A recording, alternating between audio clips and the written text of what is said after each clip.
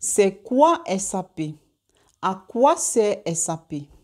Si tu es un étudiant ou bien si tu as à peine obtenu ton diplôme, que ce soit un baccalauréat, que ce soit une licence, un master, peu importe, si tu es une personne curieuse à la recherche d'un parcours professionnel intéressant, imposant, alors je te recommande de suivre cette vidéo jusqu'à la fin, car dans cette vidéo, je t'expliquerai le logiciel SAP, l'implication du logiciel SAP et sa position dans le monde de la technologie aujourd'hui afin de te faire comprendre, afin de te montrer à quoi pourrait te servir ce logiciel, comment est-ce qu'il pourrait éventuellement t'aider. Alors, nous devons savoir que le logiciel SAP est un logiciel de gestion d'entreprise. Un logiciel de gestion, disons, principalement des grandes et moyennes entreprises. Vous savez, la majorité des entreprises, et surtout les grandes entreprises, lorsqu'une entreprise atteint une certaine envergure, lorsqu'une entreprise prend un certain niveau, disons, parlons par exemple nous parlons par exemple des multinationales, des sociétés qui ont plusieurs sièges dans différents pays, dans différentes villes. Lorsqu'une société arrive à ce niveau-là, généralement, nous ne disons pas généralement, mais certainement et toujours, ils ont besoin d'un logiciel de gestion, c'est-à-dire le président, le directeur général, le vice-président, etc. Toute cette grosse tête de l'entreprise, ils ont besoin d'un logiciel qui va leur permettre, à partir de leur salon, à partir de leur chambre, à partir d'un bureau à Hong Kong, dans une autre ville, de contrôler la société, donc de savoir exactement ce qui se passe dans leur entreprise. Non seulement ça, ils ont besoin de ce logiciel pour organiser et mieux coordonner les activités dans leur entreprise, les activités de production, les activités de vente, les activités de marketing, etc. Donc, le logiciel SAP est l'un des meilleurs, je dirais même le premier sur le marché qui offre des services aux entreprises pour leur aider à coordonner leur travail, à améliorer leur travail, à réduire leurs coûts. Et donc, qu'est-ce que SAP fait? SAP donc viendra donc retranscrire l'entreprise en question dans l'ordinateur.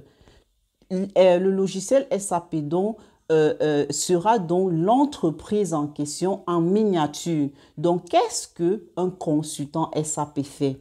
Lorsqu'un consultant SAP, disons, un chef d'entreprise, disons, prenons par exemple une entreprise telle que la Fiat ou bien la Volkswagen ou bien peut-être, disons, une entreprise, supposons, qui produit les tomates, les tomates là qu'on met là dans les boîtes de conserve là. Supposons donc un chef d'entreprise qui fabrique en masse un peu de partout dans plusieurs pays la tomate et distribue. Un chef d'entreprise de ce genre, il viendra donc rencontrer, lorsqu'il atteint un certain niveau de business, il est, disons, obligé d'intégrer un logiciel de gestion dans son processus. Et pour cela, il ira donc rencontrer une société qui offre ces services-là. Et dans la majorité des cas, ces entreprises-là, ces boîtes de consultants informatiques, ils offrent des services de gestion avec le logiciel, en s'appuyant sur le logiciel SAP. Donc, le PDG ira donc voir l'entreprise informatique, la boîte qui offre des consultations en informatique et expliquera, bien évidemment, il y aura des négociations, etc. Disons que l'objectif sera de retransmettre son processus de fabrication, son processus de vente, tous ces processus dans l'ordinateur. Donc, on va parler ici de la matière première qu'ils utilisent, c'est-à-dire s'ils ont un terrain de champ de tomates où ils cultivent la tomate, les informaticiens de l'entreprise SAP doivent le retranscrire dans l'ordinateur. S'ils ont des tomates qu'ils produisent, ils doivent acheter, je ne sais pas moi, des boîtes pour tous les matières premières, les semi-finis, tous les produits finis seront retransmis dans l'ordinateur. Donc, ce que le PDG donc fait, il part donc voir l'entreprise qui offre les services SAP, il négocie un contrat. Au terme des négociations, lorsqu'un accord donc est trouvé, l'entreprise qui offre les services SAP, qu'est-ce qu'il fait? Il ira donc faire des interviews au personnel du PDG, au personnel de l'entreprise. C'est-à-dire, il va venir, il va vouloir rencontrer l'équipe de production, l'équipe de vente, l'équipe de marketing, l'équipe des ressources humaines, l'équipe des finances. Donc, les consultants SAP sont donc repartis en groupe. L'entreprise enverra donc un groupe généralement de 4 en fonction du nombre d'activités que la société en question fait. On enverra donc une équipe de consultants SAP qui iront faire des interviews au personnel de l'entreprise en question, c'est-à-dire l'équipe MMM, l'équipe MM, Material Management, ira donc faire une interview à l'équipe au personnel qui s'occupe des matériaux, qui se charge des commandes des matières premières, etc. C'est-à-dire, on va vouloir savoir qui est celui qui se charge, par exemple, de commander les conservants pour conserver les tomates, qui est celui qui se charge de la production, qui est celui qui se charge de la gestion des champs, disons, s'ils ont des plantations, etc. Donc, on repartira dans les équipes en fonction des modules, c'est-à-dire la production, la gestion des matériaux, les finances, le contrôle, les ressources humaines, le marketing, etc. Au terme des interviews, les consultants SAP, parce que lorsque vous faites l'interview aux employés, vous prenez des notes. Les consultants SAP maintenant, qu'est-ce qu'il fait? Il revient reporter tout ce qui lui a été dit dans l'ordinateur. Donc, c'est-à-dire, il propose donc une solution à l'entreprise en question. OK, j'ai entendu comment vous fonctionnez. Alors, je vous propose de faire comme ci, comme ci, comme ça pour gérer votre entreprise. Et lorsque les accords, lorsque l'entreprise est d'accord, on procède donc au processus d'implémentation du logiciel SAP dans l'entreprise. Maintenant, si je veux vous dire globalement un peu, je vais prendre un exemple banal. Imaginez-vous peut-être vous qui allez par exemple acheter, lorsque peut-être une personne peut acheter une voiture, par exemple sur le site de la Fiat vous dit par exemple, lorsque tu es en train de passer ta commande, on te dit bon,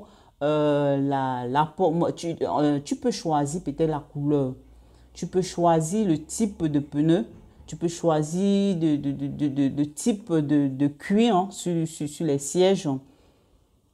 Lorsque tu choisis, automatiquement, des informations sont envoyées dans les magasins de la Fiat. Ça veut dire l'équipe de production, ceux qui se chargent de monter les voitures, reçoivent l'information et disons, c'est un processus c'est un processus très compliqué. Donc, en fait, c'est juste pour vous faire comprendre, parce que s'il faut entrer dans les détails, il faut avoir les notions de SAP pour comprendre. Donc, le consultant SAP, qu'est-ce qu'il vient faire? C'est installer toute cette interface-là. Donc, ça veut dire, c'est l'équipe de vente et l'équipe de production, par exemple, dans ce cas, travaillent ensemble. Lorsque tu passes la commande, automatiquement, ça arrive. L'information arrive à l'équipe de production et en fonction de comment la voiture que tu es en train d'acheter a été installée dans le système, quand tu cliques sur un bouton, automatiquement, ce qu'on appelle the bill of materials, ça veut dire l'ensemble de la voiture, donc c'est-à-dire la composition, parce que lorsqu'on prend par exemple une voiture, il a extrêmement de petits composants, les matières premières, les semi-finis, etc. Donc, tout ceci est construit dans l'ordinateur. Donc, ce qui fait que lorsque toi, client, tu changes la couleur de la voiture, automatiquement, ça va changer aussi la composition de la voiture dans le système. Mais cette composition est changée uniquement en fonction de ta commande. Lorsque l'autre client, ton voisin, il est en train de passer sa part de commande, la composition de la voiture change également, mais en fonction de sa commande. Donc, l'équipe de production, lorsqu'il voit que toi, tu as passé ta commande, tu veux du rouge, lui, il veut peut-être, au lieu du cuir normal, ou bien disons du cuir un peu, je sais pas moi trop quoi, du cuir noir, qu'on est en train de proposer à tout le monde, lui décide que non, je veux personnaliser ma page, je veux qu'on écrive le nom de ma femme je sais pas moi, je sais pas trop où, je veux qu'on fasse ça. Lorsqu'il choisit cela, la production comprend que c'est pour le client B que nous allons faire ceci uniquement pour lui, mais pas pour celui-ci. Ça, c'est un exemple banal. Nous avons par exemple également des situations dans lesquelles le logiciel SAP va venir aider les entreprises à planifier par exemple l'achat de leurs matières premières. Nous avons par exemple des entreprises qui tournent 24 heures sur 24 et qui n'ont pas besoin, dont la rupture de stock créerait un manquement d'affaires énorme. Et donc, ils ont donc besoin toujours de savoir, en fonction du nombre de commandes de clients qui sont en train d'entrer, en fonction du nombre de matières premières que nous avons dans le magasin, en fonction de la vitesse de production, quand est-ce que nous devons passer une nouvelle commande? Quand est-ce que nous devons arrêter de passer les commandes en fonction du nombre de produits finis qu'on a déjà produits et que les clients n'ont pas encore acheté. Donc, c'est tout un ensemble qui, lorsqu'une entreprise devient extrêmement complexe, ça peut les surpasser. Disons, ça devient vital pour eux d'avoir des logiciels tels que SAP pour les aider à coordonner la production, à coordonner les ventes, à coordonner l'achat des matières premières, à planifier l'achat des matières premières, à planifier même l'emploi de temps des employés, à planifier les coûts et les dépenses de l'entreprise. C'est tout un ensemble de choses. Donc, disons que le logiciel SAP, c'est un peu comme le cœur d'une entreprise, d'une grande et moyenne entreprise, sans lequel il est presque impossible pour toute grande entreprise de survivre. Donc, lorsqu'il va, il y a parfois, lorsqu'on dit que la production s'est arrêtée ou bien le système s'est arrêté, franchement, ça cause des dégâts énormes, vous n'imaginez pas. Ça cause des dégâts énormes. Lorsque SAP a été installé dans une entreprise et qui ne fonctionne pas, ça peut causer des dégâts énormes. Maintenant, quelle opportunité avec SAP? Comme je vous l'ai expliqué, la majorité des entreprises, des moyennes et grandes entreprises ont besoin du logiciel SAP.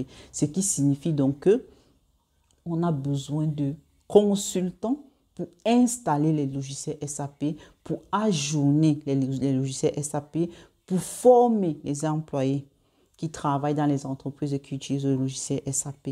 On a également besoin des consultants pour maintenir, pour entretenir le système. Parce que lorsque l'équipe de projet installe le logiciel et qu'ils partent, ça ne finit pas là. Hein. Après, vous verrez passer le niveau des employés sera toujours bas. Donc, ils auront toujours besoin d'aide des experts. Donc, lorsque l'équipe de projet vient installer, ils partent sur un autre projet, etc., etc. Par derrière, il y a une autre équipe, l'AMS, ce qu'on appelle l'AMS, qui les aide à maintenir le système. Ça veut dire lorsqu'ils ont des blocus, lorsqu'ils ont des problèmes, peut-être le système s'est bloqué, ça fait ci, ça, ils ouvrent donc ce qu'on appelle des tickets qui sont bien évidemment payants. Et l'équipe de ce qu'on appelle l'AMS dans SAP, l'équipe de AMS arrange donc disons, l'équipe de projet installe le système et l'équipe d'AMS maintient le système. Et comme vous le savez, les téléphones portables, les ordinateurs de nos jours, chaque jour, on sort des nouvelles versions. Tu as beau te retenir comme tu veux, à un moment, tu es obligé de passer à la prochaine version. C'est exactement comme ça que SAP fonctionne. C'est-à-dire, ils sortent une version SAP 19.0, 0920, par exemple, la version de septembre 2020. Après, en 2021, ils sortent l'autre. 2022, ils vont sortir l'autre, etc., etc. Après 5 ans, ils vont vous dire que la version qu'on a sortie il y a de cela 5 ans, là, on ne fait plus la maintenance dans ça. Donc, ce qui veut dire que tous ceux qui ont la version de il y a 5 ans, là, ils doivent ajourner leur système. Et qui dit ajournement de système dit nouveau projet. Ça veut dire que vous devez encore contacter une entreprise qui offre des services SAP. Et eux, maintenant, ils vont vous faire un projet pour venir ajourner votre système. Bon, c'était tout. J'espère que cette vidéo vous a donné donc une idée de ce que c'est que SAP. Ça vous a donné donc une idée des opportunités que SAP pourrait vous offrir. Et franchement, je vous dis, ils sont nombreux. Ils sont nombreux. Et comment faire pour que, je suis sûre que vous vous demandez comment faire donc pour maîtriser ce logiciel. Moi, je vais vous dire, il y a des masters, il y a des centres de formation. Mais ce que moi, je recommande, c'est prends-toi au moins une licence parce que même dans le domaine, il y a des niveaux, quoi. Donc, plus tu vas arriver peut-être avec un diplôme un peu plus avancé et plus tu vas vite grimper, arriver manager rapidement, etc. Donc, ce que je recommande, c'est de prendre au moins une licence, peu importe hein, que ce soit en sciences politiques, en économie, en je sais pas moi trop quoi. D'ailleurs, même, je dis même quoi, économie. Le logiciel SAP est surtout recommandé pour ceux qui ont fait économie ou bien informatique. Disons, principalement, ce sont informatique, économie. Mais sachez que même si tu as fait les langues, tu as fait sciences politiques, tu as fait n'importe quoi, biologie, peu importe. Bien au contraire même, lorsque tu as, parce que dans le cas parce que nous avons des entreprises pharmaceutiques qui ont, bien au contraire, la majorité des entreprises pharmaceutiques, comme tous les grandes et moyennes entreprises, ils ont besoin de ça. Lorsque on aura besoin d'installer les logiciels de ce genre d'entreprise. Toi qui as fait peut-être biologie ou bien sciences des technologies, c'est pas trop quoi, tu seras plus apte à comprendre rapidement le processus et par conséquent, ça sera plus facile pour toi de le transformer en langage informatique par rapport à quelqu'un qui n'a pas fait dans ce domaine spécifique de la pharmacie, etc. Donc, disons que c'est pour tout le monde qui a l'amour pour l'informatique, qui est curieux, qui adore la technologie. Si tu adores la technologie et tu as une licence, peu importe la licence, je te conseille, lance-toi. Cherche-toi un master SAP, tape dans Google, tu cherches master SAP. Tout ce que je peux simplement te recommander, c'est de chercher un master qui dure sur une longue durée. Parce que je vois un peu de partout, les gens qui font des trucs de 80 heures. Non, non, non. Je dis non. Ça doit être un master d'au minimum 400 à 500 heures. Si ce n'est pas 400 à 500 heures, dont des cours intenses de 8 heures, de 9 heures à 18 heures chaque jour pendant au minimum 3 mois, je te le déconseille. Si tu fais cela, si tu as une licence et tu fais cela, un master en SAP de 9 heures à 18 heures pendant 3 mois, je te le garantis, tu vas décrocher le boulot de suite. J'ai dit le boulot de suite, c'est garanti. Tu vas décrocher un stage qui sera automatiquement converti en CDI, automatiquement. Il n'y a pas de débat parce qu'il y a un manque. OK? Donc, si vous avez des questions, n'hésitez pas à poser, laissez-les en commentaire et je me ferai un plaisir de vous répondre. À bientôt.